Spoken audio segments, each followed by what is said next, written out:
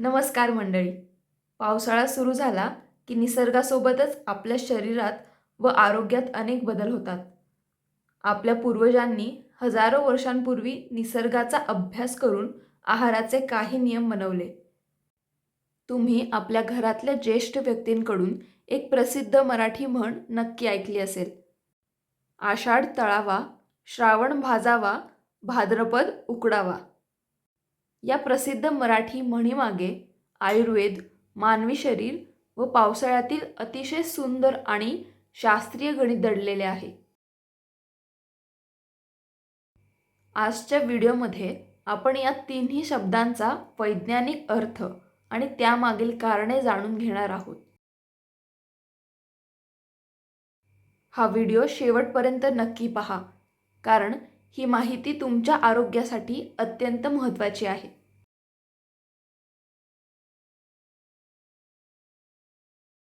आषाढ तळावा असे का म्हटले जाते? तळलेल्या पदार्थांचे शास्त्र.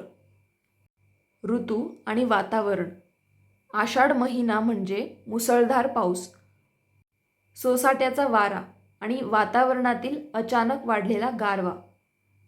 या ऋतूत सूर्य ढगांमागे लपतो व हवेमध्ये प्रचंड ओलसरपणा निर्माण होतो. आयुर्वेदिक आणि वैज्ञानिक कारण हवेतील थंड आणि दमट वातावरणामुळे मानवी शरीरात वात दोषाचा प्रकोप होतो. वात वाढल्यामुळे शरीरात कोरडेपणा येतो, सांधेदुखी वाढते आणि स्नायू आखडतात. वात दोषाला शांत करण्यासाठी शरीराला स्निग्धता म्हणजेच तेलकटपणा आणि उष्णतेची गरज असते. तळलेला पदार्थ निसर्गतः उष्ण आणि स्निग्ध असतात, त्यामुळे ते शरीरातील वाढलेला वात संतुलित ठेवतात. पारंपरिक आषाढ तळण पदार्थ: गव्हाच्या गोड पुऱ्या आणि सुकलेल्या अळूच्या वड्या, गरमागरम कांदा भजी आणि बटाटा भजी, तिखट मिठाचे शंकरपाळे आणि खमंग चकल्या, उन्हाळ्यात वाळवलेले पापड, कुरडया आणि सांडगे.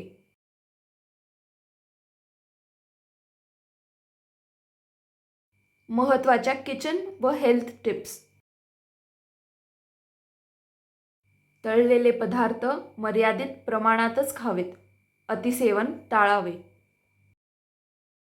पदार्थ तळताना नेहमी ताजे तेल वापरावे. एकदा वापरलेले तेल पुन्हा वापरू नये. भजी किंवा पुऱ्यांच्या पिठात ओवा, हिंग, आले आणि हळद आवर्जून वापरावी, ज्यामुळे पचन सुलभ होते.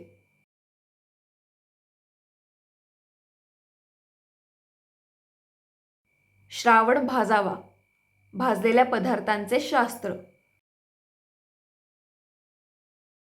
ऋतू आणि वातावरण.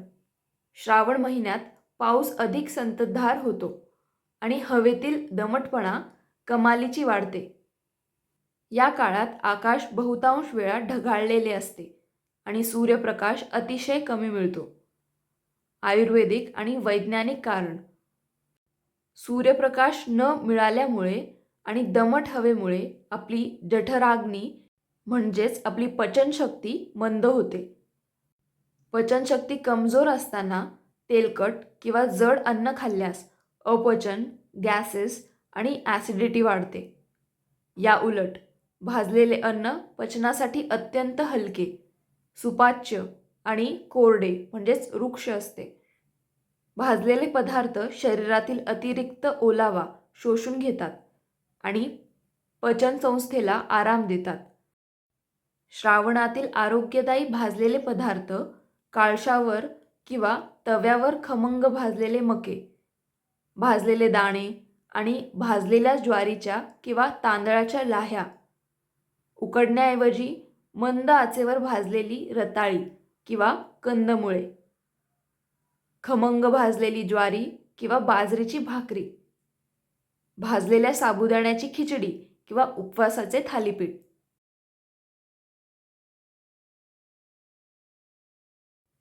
महत्त्वाच्या किचन व हेल्थ टिप्स. श्रावणात मांसाहार पूर्णपणे टाळतात. कारण या ऋतूत जड अन्न पचवणे शरीराला कठीण जाते. या महिन्यात रात्रीचे जेवण अत्यंत हलके ठेवावे. रात्रीच्या आहारात गरम सूप, कढी किंवा मुगाच्या डाळीची खिचडी यासारख्या पातळ पदार्थांचा वापर करावा. आणि आता पाहूया भाद्रपद का उकडावा. वाफेवर शिजवलेल्या अन्नाचे शास्त्र. ऋतू आणि वातावरण. भाद्रपद महिना उजाडेपर्यंत पावसाचा जोर कमी होतो आणि मध्येच कडक ऊन पडू लागते. मॉन्सूनच्या परतीच्या काळामुळे हवेत प्रचंड उकाडा, उष्णता आणि दमटपणा निर्माण होतो. आयुर्वेदिक आणि वैज्ञानिक कारण. वातावरणातील या अचानक वाढलेल्या उष्णतेमुळे शरीरामध्ये पित्त दोषाचा प्रकोप होतो. पित्त वाढल्यामुळे छातीत जळजळ, ॲसिडिटी, अंगावर पुरळ उठणे आणि त्वचेचे आजार होतात. या पित्ताला शांत करण्यासाठी शरीराला अत्यंत साधे, सात्विक आणि थंड गुणधर्माचे अन्न हवे असते. वाफेवर शिजवलेले म्हणजेच उकडलेले अन्न शीतल आणि हलके असते, जे शरीरातील अंतर्गत उष्णता कमी करते. भाद्रपदातील पारंपरिक उकडलेले पदार्थ. तांदळाच्या पिठापासून आणि गूळ खोबऱ्याचे सारण भरून बनवलेले उकडीचे मोदक. हळदीच्या पानावरील उकडीचे पातोळे. वाफेवर शिजवलेली पालेभाजी किंवा उकडलेल्या मिक्स भाज्या. मऊ शिजवलेला पांढरा भात आणि त्यावर गाईचे शुद्ध तूप.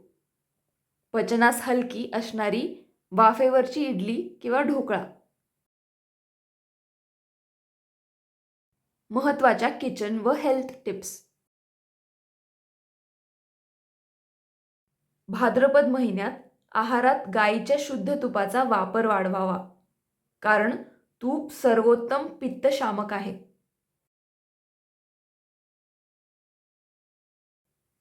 या महिन्यात जास्त तिखट, मसालेदार, तळलेले आणि आंबट पदार्थ खाणे पूर्णपणे टाळावे. शरीराला हायड्रेट ठेवण्यासाठी भरपूर पाणी आणि कोमट पाण्याचे सेवन करावे.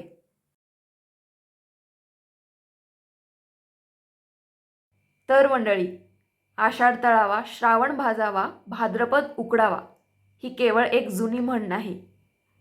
हा आपल्या पूर्वजांनी ऋतूनुसार निरोगी राहण्यासाठी दिलेला आरोग्याचा उत्तम मास्टर प्लॅन आहे.